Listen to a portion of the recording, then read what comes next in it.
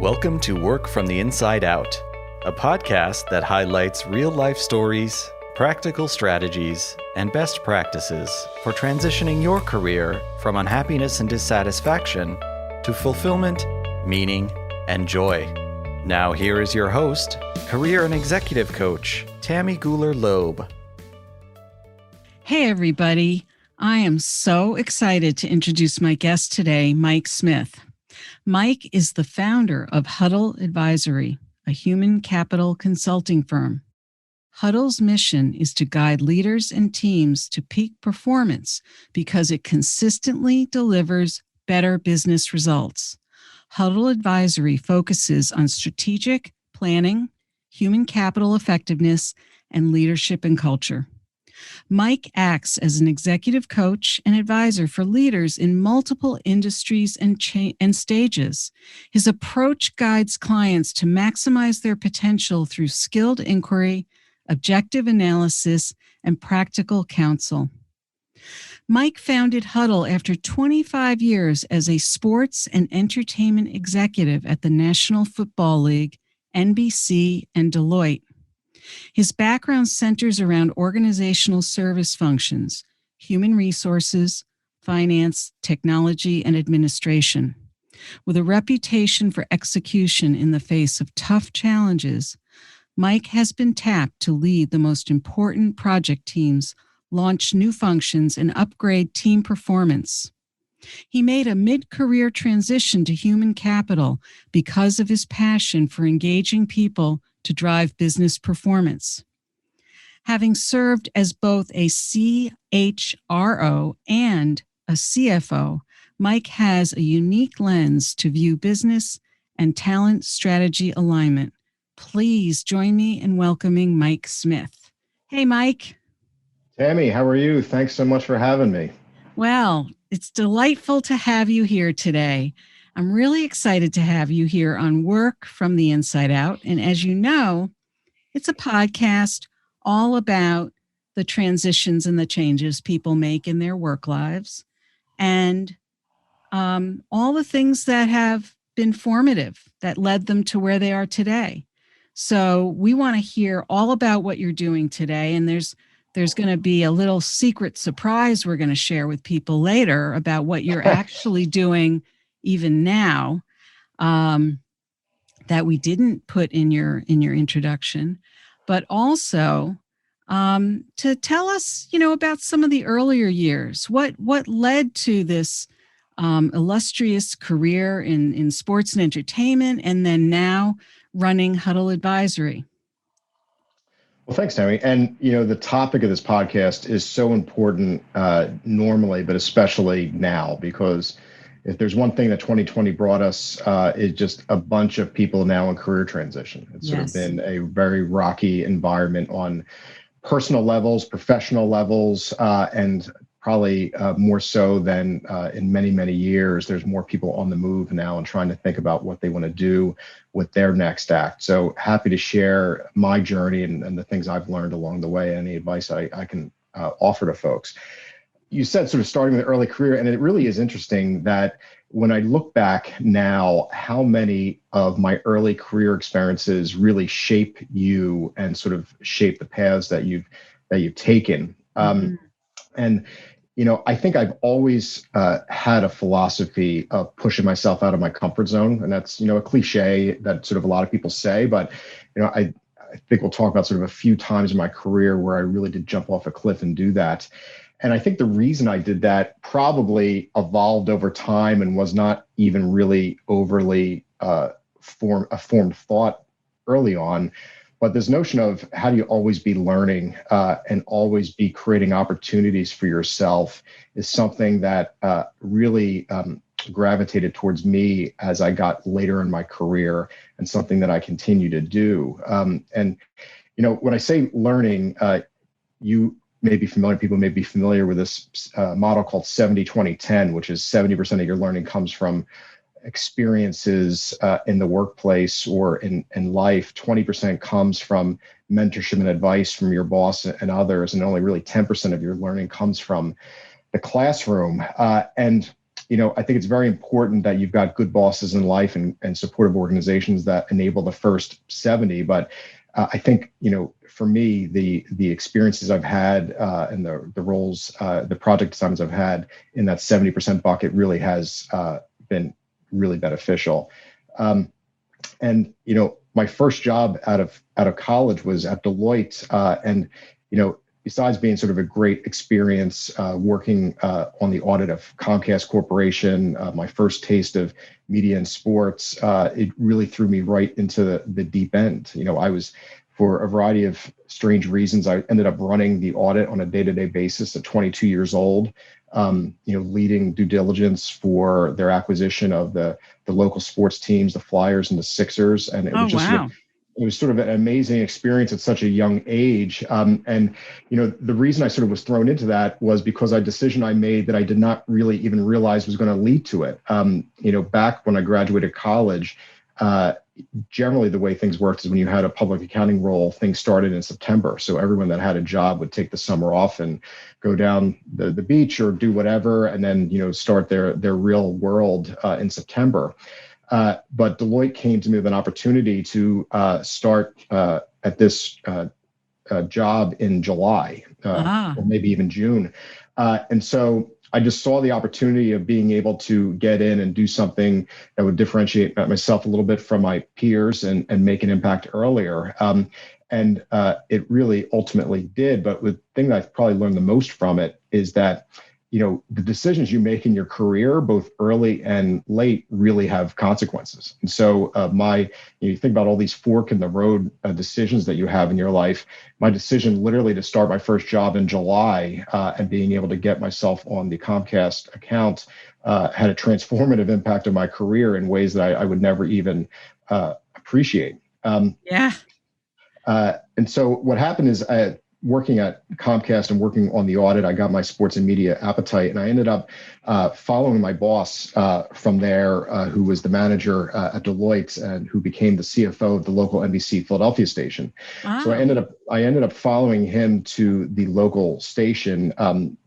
One, because I just loved working for him, but also it was, TV. And so, I still had a pretty limited worldview at that point. It was really cool to be walking the hallways with the local news personalities and talent.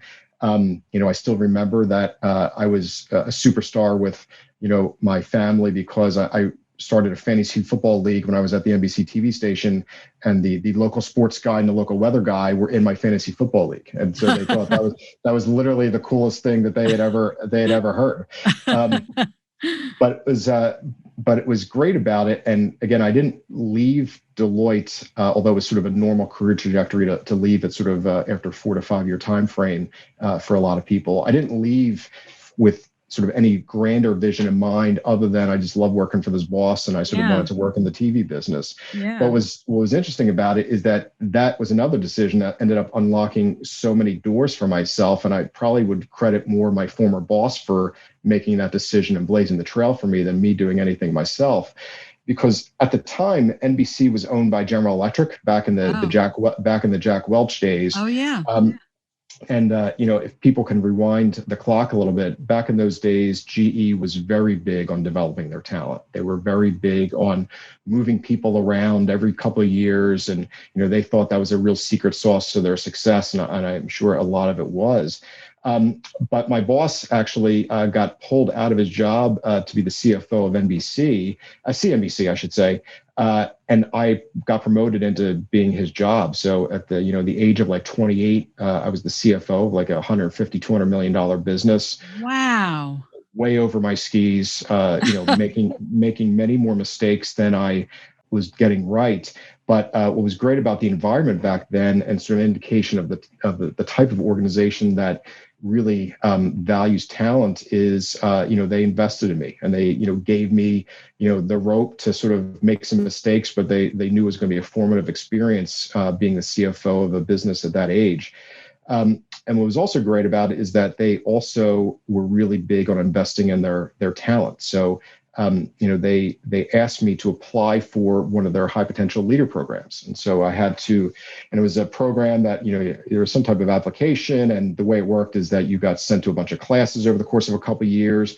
You actually got pulled out of your business, out of your day job, and to go work on a special project for a month. So it really was a pretty prestigious program. And so when I went up to Connecticut to interview for that role, I went there. I got there way too early. I was way too nervous. And as I was walking across the parking lot to enter the GE facility, there was a black limousine that was pulling into the driveway right in front of the door as I was walking up. And it was literally only me and this black car in the entire parking lot. Oh, you were really early then, huh? It was very early. And so, as the door opens to the black car, out pops Jack Welch. So Jack Welch pops out of this black car, and he looks to his right, and there's me being the only person there. As he goes to sort of acknowledge me and I go to say hello, I literally tripped on the curb and I fell right on my face in front of Jack Welch, in front of the GE corporate headquarters.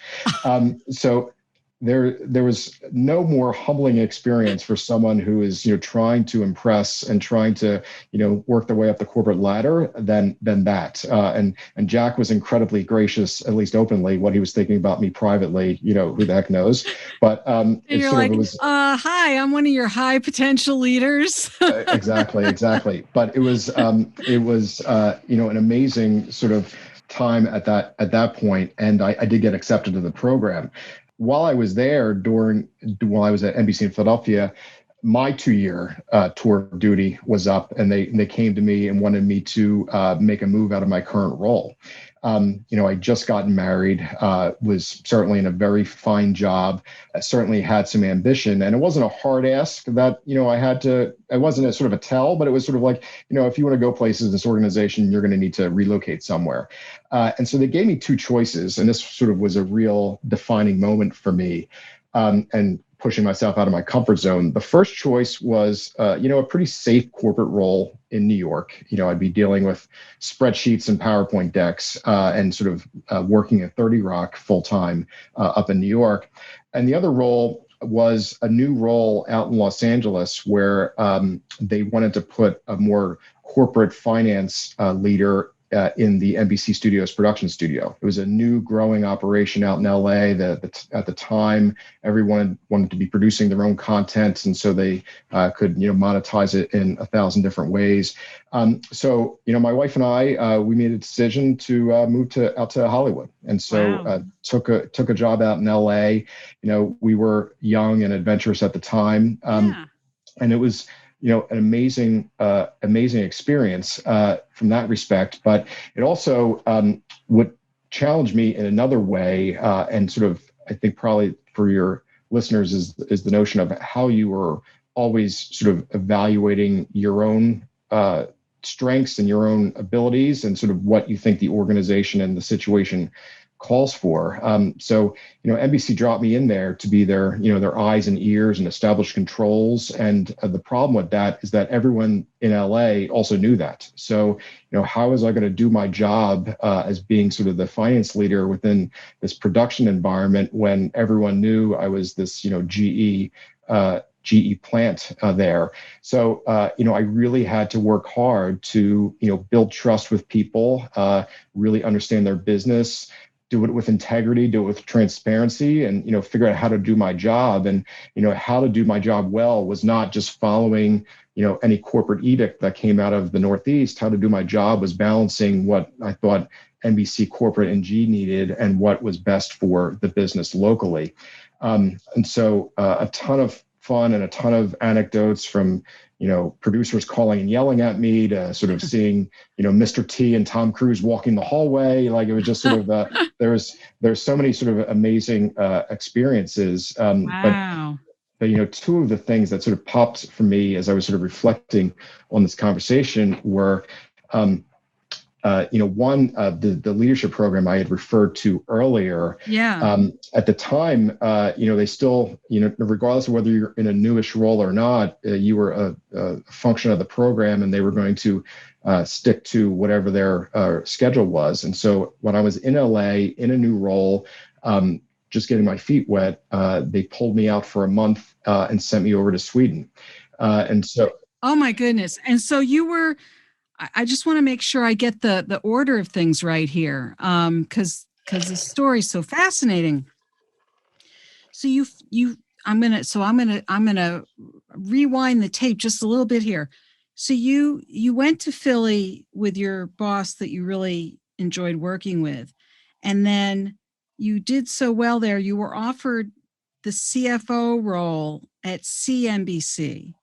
You no, were I'm sorry, that was my boss was offered the role of CFO of CNBC. So he left, and then that's when I got promoted to being the CFO of the TV station in Philadelphia. Oh, okay. You became the CFO of the station in Philly. Okay. So of the NBC affiliate in Philadelphia, and then you got the opportunity to do this high potential leader program. And in the process of getting accepted into that program, you also were offered, or during that period of time, you were also then offered these two other options. Correct. Got And it. so, Okay. yeah. Got So that clarified. Okay. sorry if I went too quick there for That's everyone. okay. No, we got it clarified. It's still amazing. Philly's a major market, 28 years old.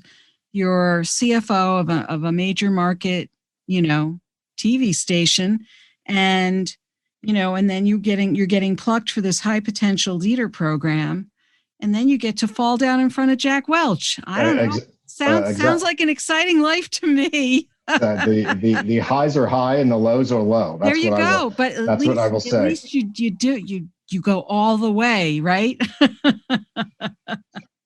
The Sweden experience was phenomenal. What was My in wife, Sweden? Why did they send you to Sweden? GE Capital had a business there. So, they actually had me launch a credit card over in Sweden, despite the fact that I was, a finance person in the TV business.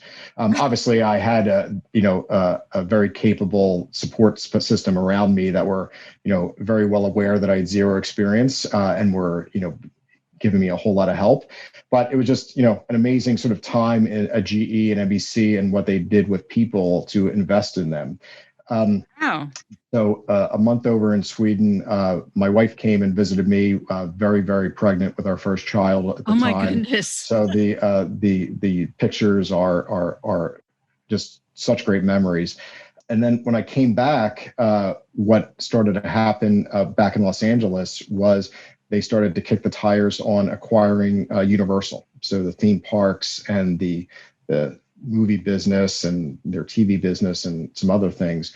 And being where I was in LA, I got a front row seat to really be involved in that transaction and have my neck really stuck out there in terms of the things I was responsible for from a diligence perspective, presenting to some of the most senior NBC leaders. It was just an amazing experience. But what was sort of interesting about it is that at that time, my boss out in Los Angeles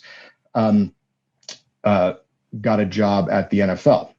So it's someone that she's amazing, and we're very different in terms of what strengths we bring to the table, and so we really complement each other greatly. And she got a job at the NFL very quickly, became a superstar there within 6 months, and was getting promoted. And so she reached out to me to come to the NFL and replace her. And so at that time, back at NBC, the Universal transaction had just closed. They were sort of talking to me about what I would do with the future sort of organization. It was all very attractive, very positive. But there was a time, obviously it's the NFL, so that provided a nice sort of safety net, but, things were very safe back at NBC, and I sort of knew what that path was. And despite my boss going to the NFL, it's still a risk to, again, move back across the country and sort of start over again, meeting new people. But, I decided that it was certainly a risk worth taking. And so, I'm not sure I would go as far to say to push myself out of my comfort zone on this one, but You wouldn't, huh? I was just thinking that. well, maybe a little bit. I think it's about you're going to need to take calculated risks in your career as well, which is sort of maybe a subset of pushing yourself out of your comfort zone. And this was, a calculated risk. You sort of take the bird in the hand versus what sort of could be. So, Mike, I'm curious. You were still a relatively young man at this point. This was probably at that point, maybe 33 or so, I think. Yeah.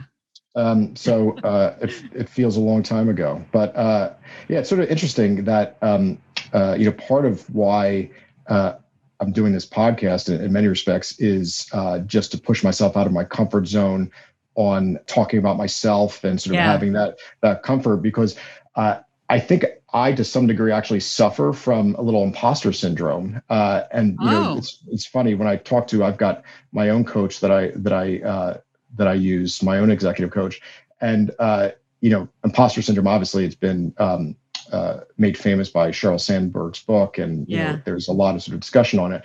But it does certainly live in all genders also. And so for me, it's about this combination of a pretty humble person and very, very early career success sort of leads to this triangulation of having a little bit of how did I get here type of moments that always happened during my career. I want to just talk about that for a minute, if that's okay with you. And it's not even about the imposter syndrome part of it. It's more, I think, about the whole notion, or at least an observation, I'll say. There you are, you're 33 years old, and you've already, been elevated to a very high level role in NBC. They've entrusted you, especially as they're doing an acquisition. They're trusting you with a lot of sensitive, huge part of the business. And then your boss leaves, goes to the NFL, which is another, I think, a very big deal. And the minute there's a spot open there, she wants you. So clearly you've had amazing reporting relationships. I think of 33 as still early-ish in your career. I wouldn't call that even mid-career, especially in this day and age. But yet I just want to run this by you. It feels like, what you were saying at the beginning about always being in a learning mode, always creating opportunities. It seems to me that you must have been this just, natural learner who just stayed open to what was available to you. You rolled up your sleeves, you jumped in with both feet. Sometimes you tripped over them, but but you whatever. It sounds like you were the kind of person, if you were asked to do something or needed to solve a problem, you just did it. And tell me if I'm right about this, but it just seemed like, and clearly you're a high achiever. And yet you had the combination of the openness, the curiosity, the personality, and the smarts to do very well. And it's not just a matter of simply being intelligent, but you have to have certain qualities, I think, to be able to advance to that level at a young age. I think there has to be a certain kind of openness or curiosity or willingness to learn, and sort of parking certain kinds of judgments at the door. And I hear sometimes people will call that, oh, I was just lucky. But clearly you had some really key relationships that also really helped to bring you through. And trust was hugely important there too.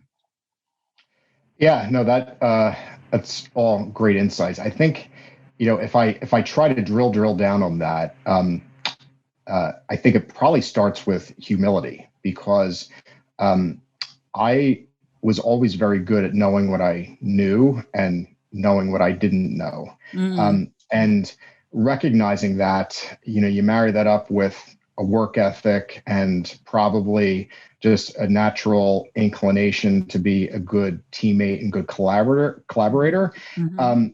I always sort of viewed, I always wanted to, once I had my first great boss at Deloitte, I always sort of knew that that really makes your life immeasurably easier having great bosses. And what I always wanted to do is, how do I make their life as easy as possible so that they will be looking out for me? So that's working hard, bringing solutions, not causing problems, all those sorts of things. Because if your boss is looking out for you, then that is going to lead to so many different doors being opened, or different opportunities. And there's a ton of research out now that I think the one thing I saw is like 70% of a person's daily experience at work is actually directly shaped by their boss in some way, which is like absolutely, yeah. Pick your number, but I think we know that the value of a good boss is huge. And I feel for people that sort of get stuck where they don't have that kind of boss. And I coach people about strategies they can use with other people in the organization, as other types of mentors or sponsors or HR, to try to work around sort of a boss that they're not really satisfied with. And that's a really tough situation. So I think in terms of I'm not sort of a person that generally always believes in luck, but this is the type of thing where I did sort of find someone early, and then we're able to sort of follow that person, and then find others that really helped to mentor me and showed me the way, for sure. Are you still in touch with some of these former bosses? Yeah, I'm probably, certainly like most people, I'm more friendly with some versus others. The Sure. first boss out of Deloitte that I mentioned, still someone that I keep in contact with, and literally was texting with him during the Super Bowl. So, nice. Definitely. And then some of the others for sure, still keep in touch with. Absolutely. That's wonderful. That's wonderful. Yeah. I mean, it does sound like you've been blessed with some wonderful bosses. And as a career coach, executive coach, I often, the people who sort of land in my proverbial office, so to speak, are the people who don't have those wonderful bosses usually, which is often why they end up seeking some coaching. But it's really it's just nice to hear about, because I don't know how often that does happen for people. So yeah, I mean, it's sort of again, it's transformative on a professional level, but also a personal level. Your jobs are hard enough, to let alone also be dealing with the people around you that are adding to the stress and the pain of that. But so that's quite fortunate on that front. And given the kinds of roles that you've had and the kinds of organizations and industries you've worked in, there's I've worked with clients who work in all of these organizations, actually, that you've worked in. There are a lot of personalities in those organizations. So there's a lot of different ways that you have to work with people too. Yeah, and I think first as a finance person, and then in HR, which I'll get to. Probably one of the things that I would view as a strength of mine is that it's not that I don't have a strong personality when I need to, but I'm also incredibly malleable and flexible with my style in order to get what me or the organization needs out of a person at that moment. And so, the NFL, just to look at them, it is probably from A to Z from a culture standpoint. There's parts of the organization that look very much like the federal government, because the mission of that group is around rulemaking and governance and those types of things. And there's parts of the organization that look like a startup, where people are showing up in flip-flops and shorts to work. So, being able to sort of tailor your style from A to Z, because all leaders and cultures, are reflecting sort of their industry and their talent. That takes a certain type of selfless, egoless type of attitude, I think. Yeah. I concur with that. I think the more we take ourselves out of the equation, the more we're setting ourselves up for success, actually. Yeah, no, listen, it's not, our work and our life is so intertwined, and you show up to you show up to the work with your whole person being present, but it really is behooves all of us, and I've been as guilty as anybody, to try not to take some of these work decisions personally. That there's a variety of decisions that are made in a variety of situations that have nothing to do with you or your performance or how people think about you, Right. and it's just sort of the way the world works. So that's something as a coach or as a mentor of people, what I constantly find myself guiding people on. Yeah. So we do know we left off at the part of the story where you did go ahead and leave GE, NBC, Universal, all those conglomerates, and you did go to the NFL. And so I guess you moved back to the East Coast as well. Is that right? I did. So the NFL's offices were in New York, and literally the first day I showed up on the job, I got on the elevator, and the commissioner at the time, Paul Tagliabue, was on the elevator. So this is a person I saw on TV and viewed as a celebrity, of course. And so to get on the elevator with the commissioner on my first day of the job, I just knew that this was not going to be like any other type of experience. Yeah. This was going to be a little bit special, and it turned out to be that way. It was a great. There was sort of probably four different jobs sort of when I was there. Initially, I was the finance person overseeing their media businesses. Got involved in launching the NFL Network and NFL.com, digital media properties at the time.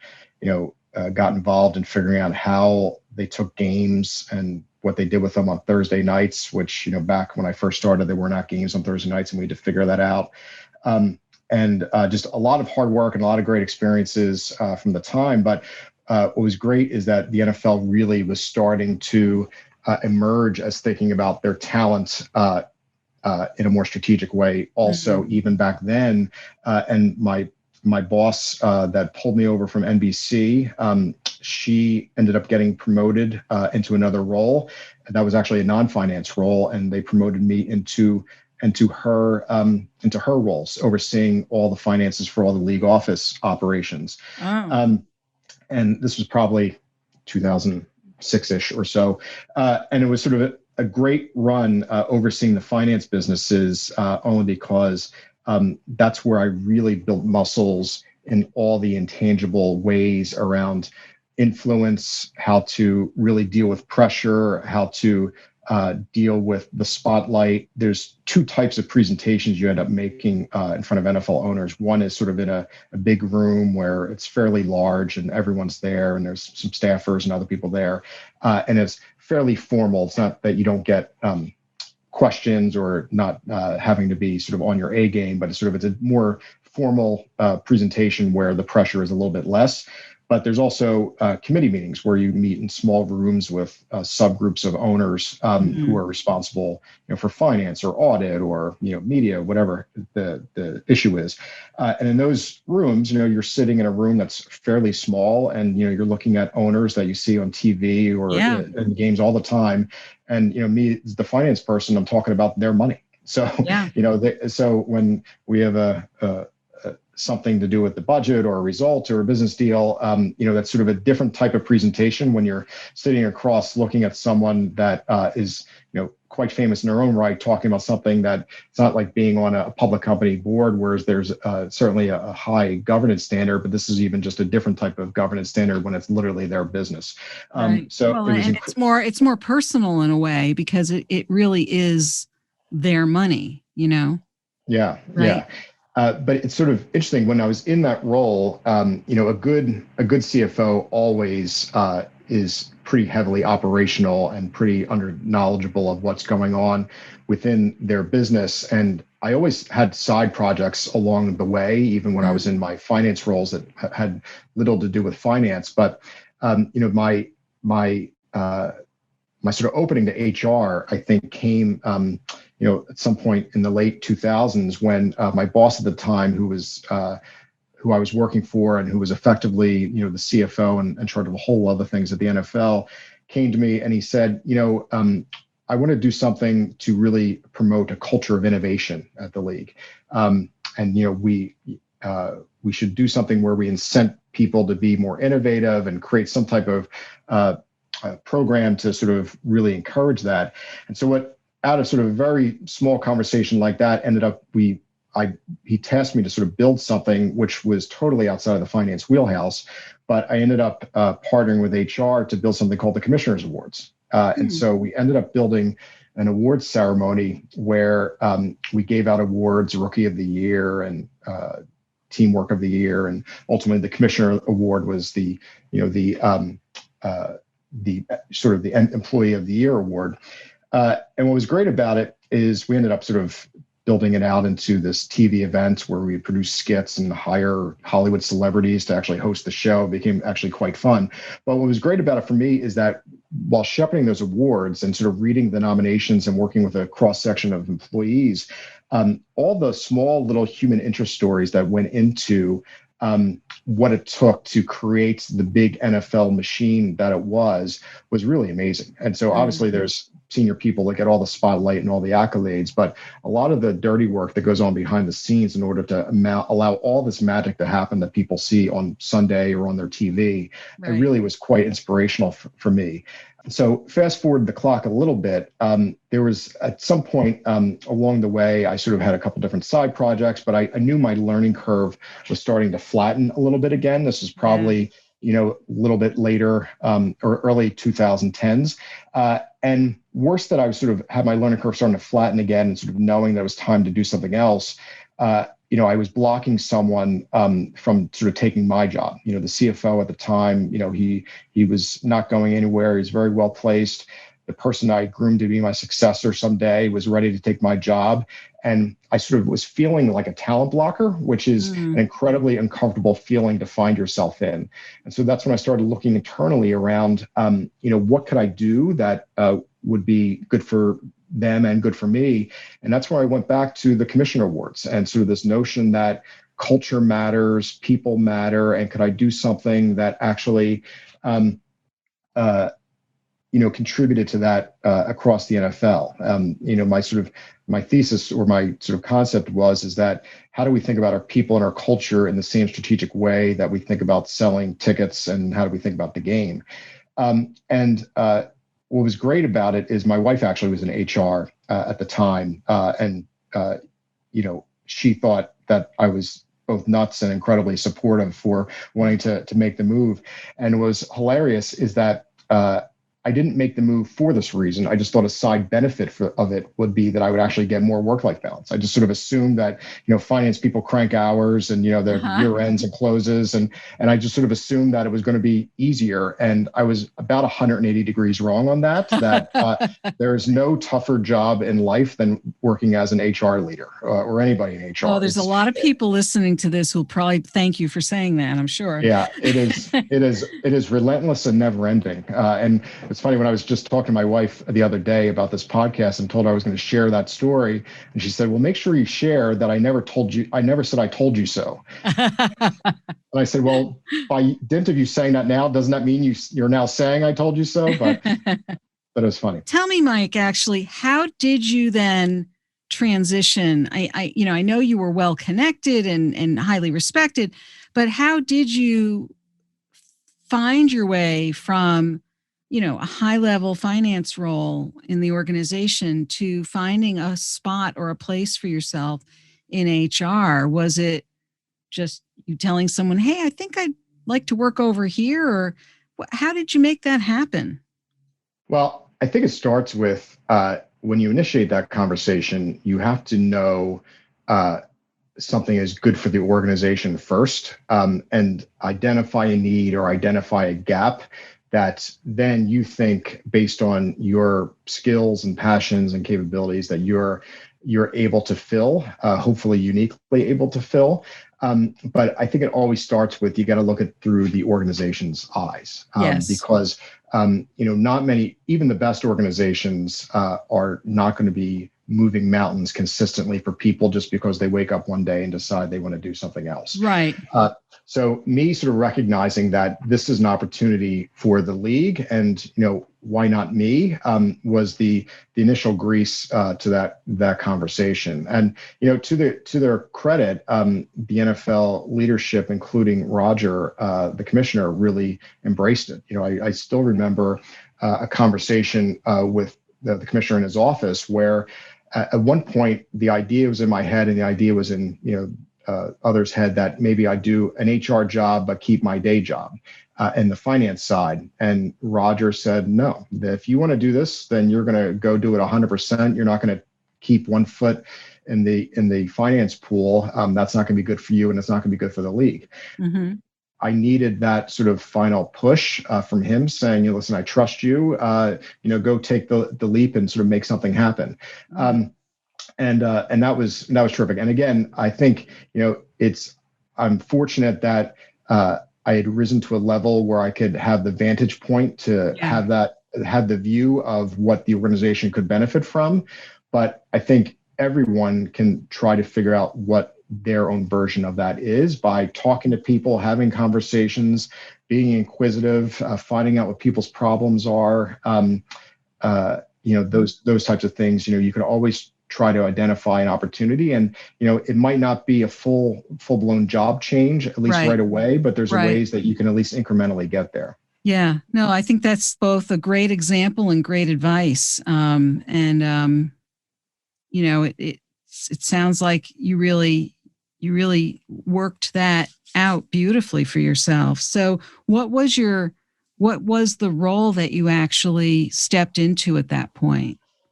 It was a role to create a talent management function. So everything from how we acquired people to how we developed them to how we paid them.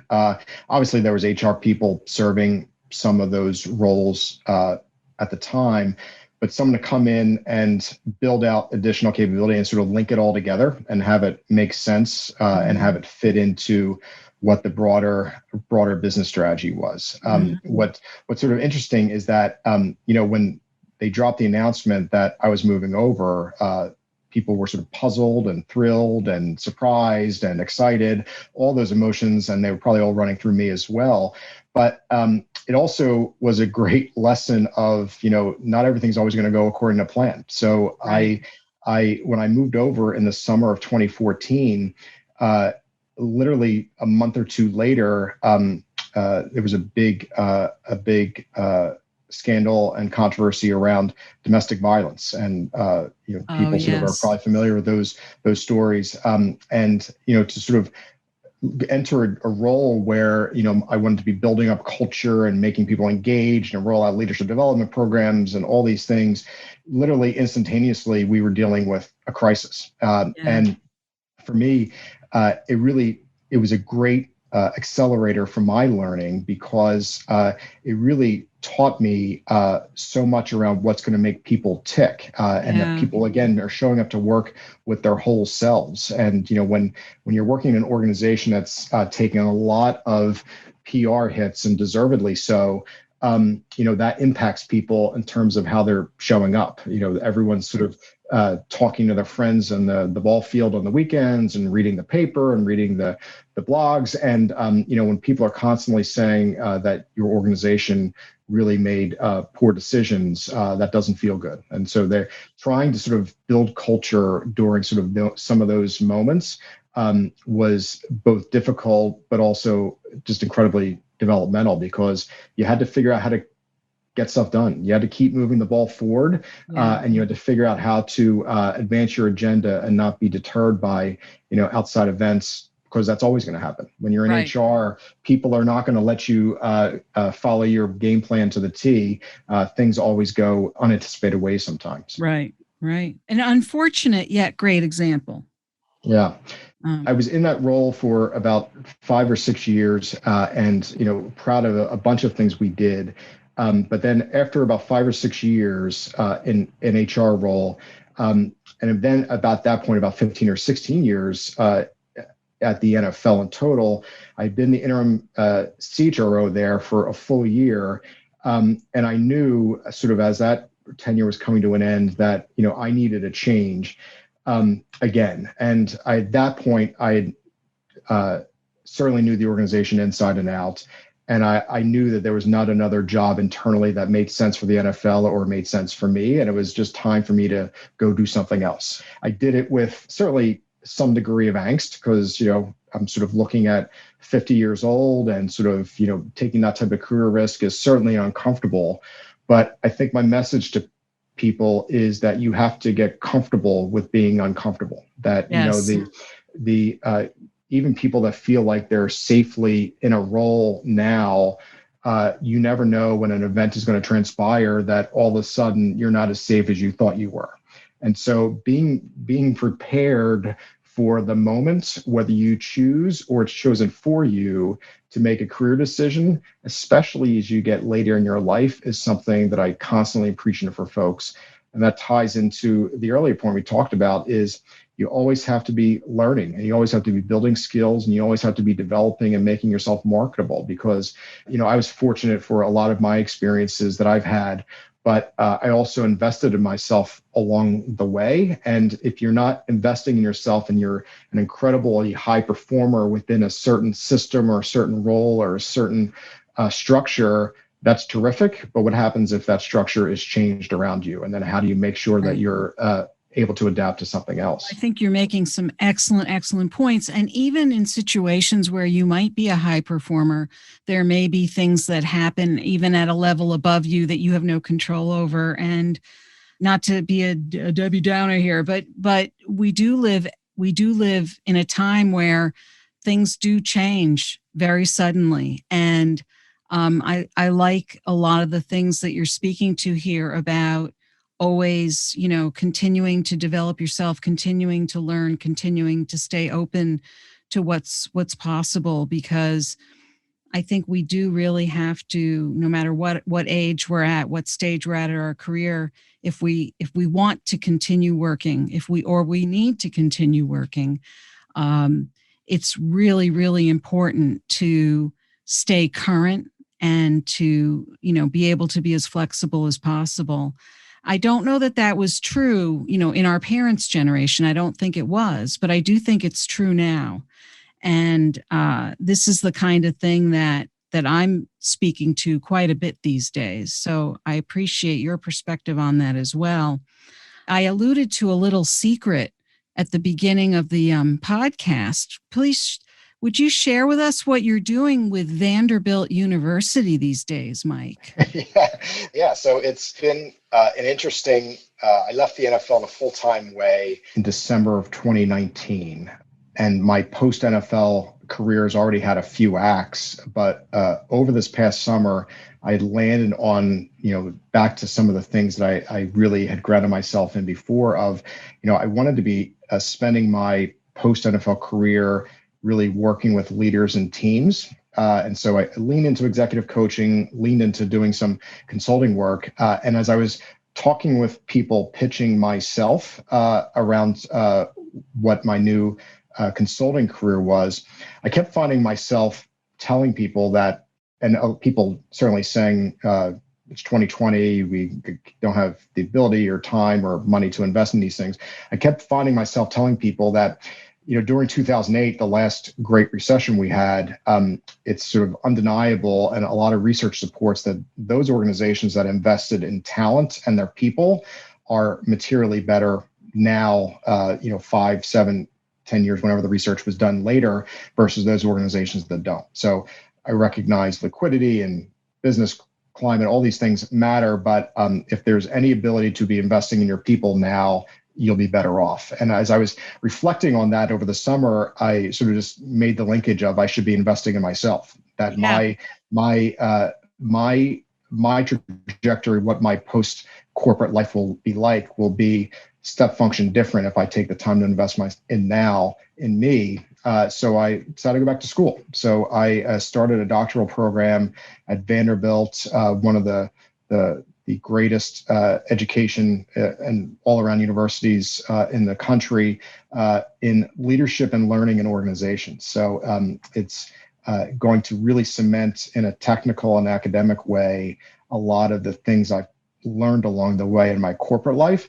And what I love about it is not only is it just sort of about, obviously me learning, but in that program, I now have a whole cohort of colleagues that I'm going to be learning from across industry. Only sort of live classes now about 6 or 7 weeks in, and it's already just a ton of fun, a ton of work, but a ton of fun. But, I wrote my first case study a couple weeks ago. It was only 7 pages long. Some of your listeners may sort of be laughing at sort of just a 7-page paper.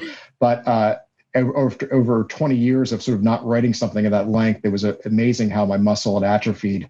And it took me incredibly long to even get that down onto some organized thought on a piece of paper. But I'm excited about it. And I've already, finding all kinds of nuggets every single week that get integrated in my coaching and consulting practice, just because, there's so many things out there in academia and in research that are just not omnipresent in the way people lead or the way people are developing other people. So I'm excited and thrilled to now continue my own learning and marry that up with how we guide people.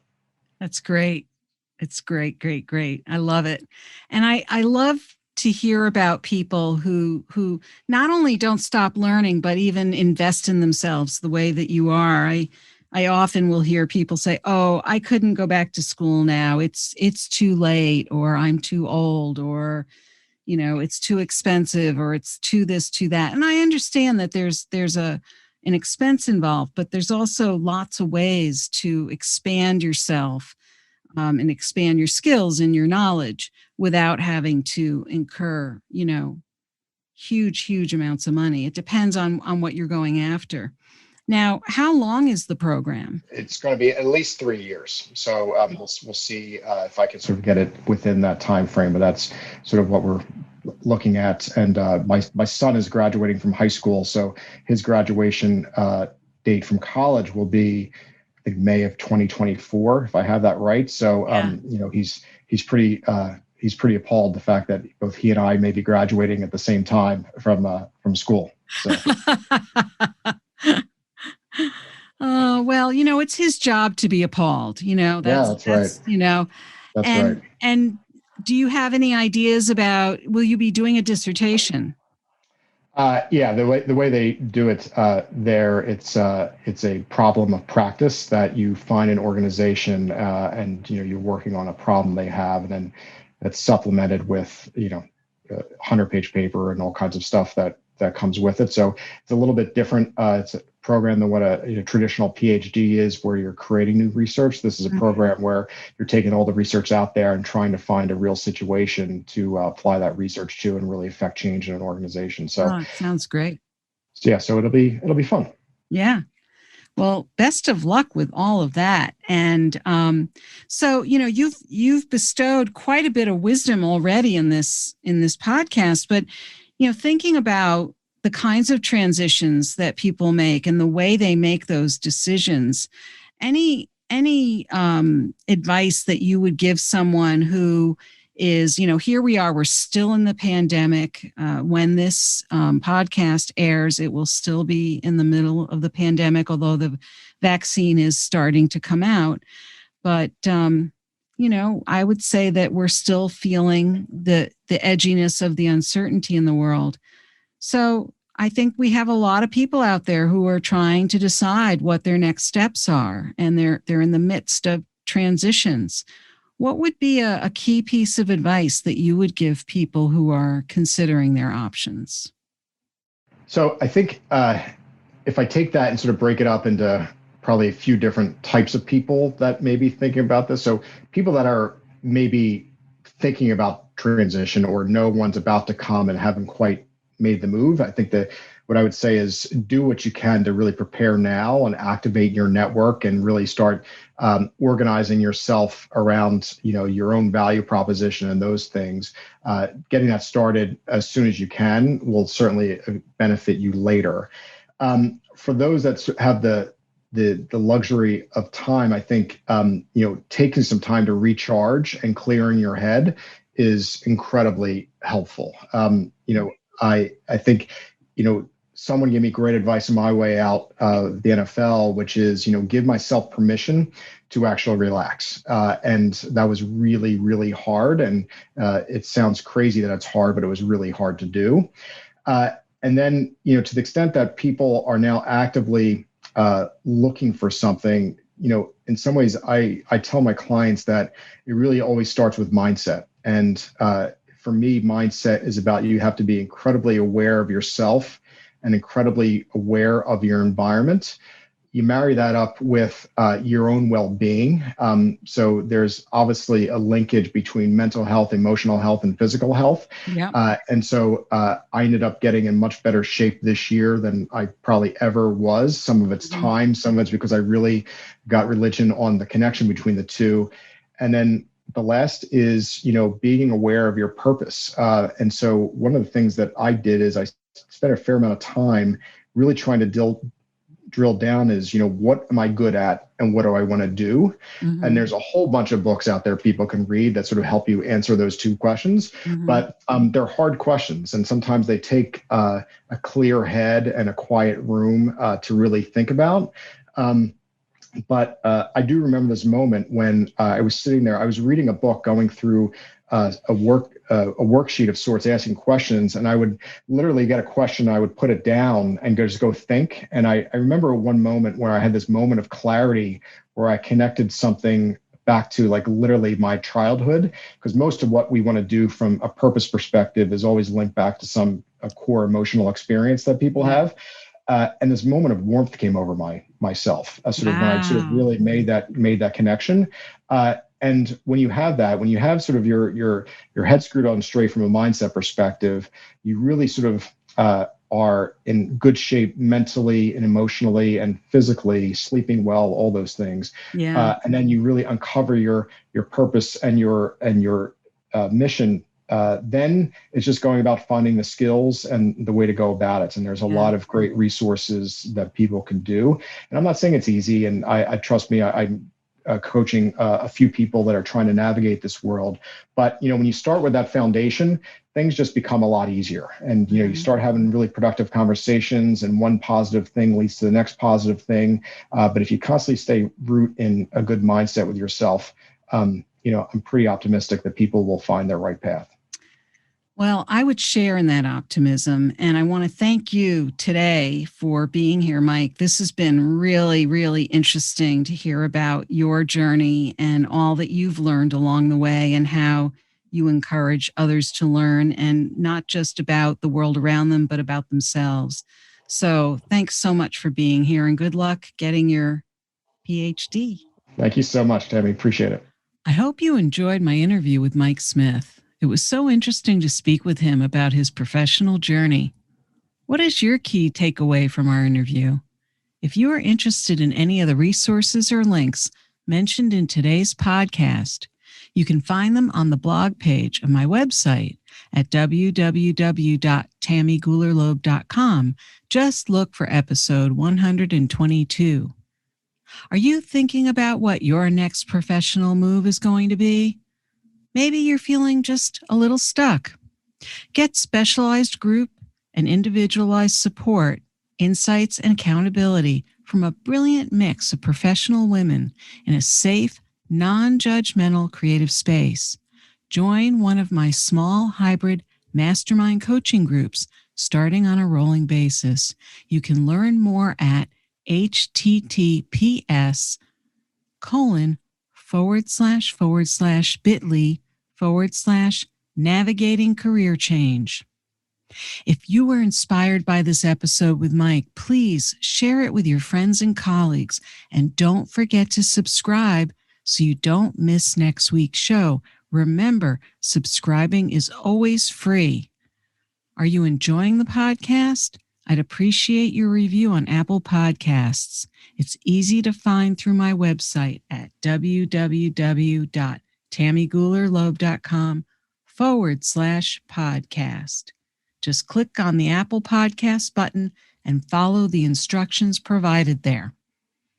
Thanks so much for listening. And remember, It's never too late or too impossible to increase your sense of fulfillment and satisfaction in your work and other meaningful activities. I'd love to hear how it's going for you. Feel free to drop me a line.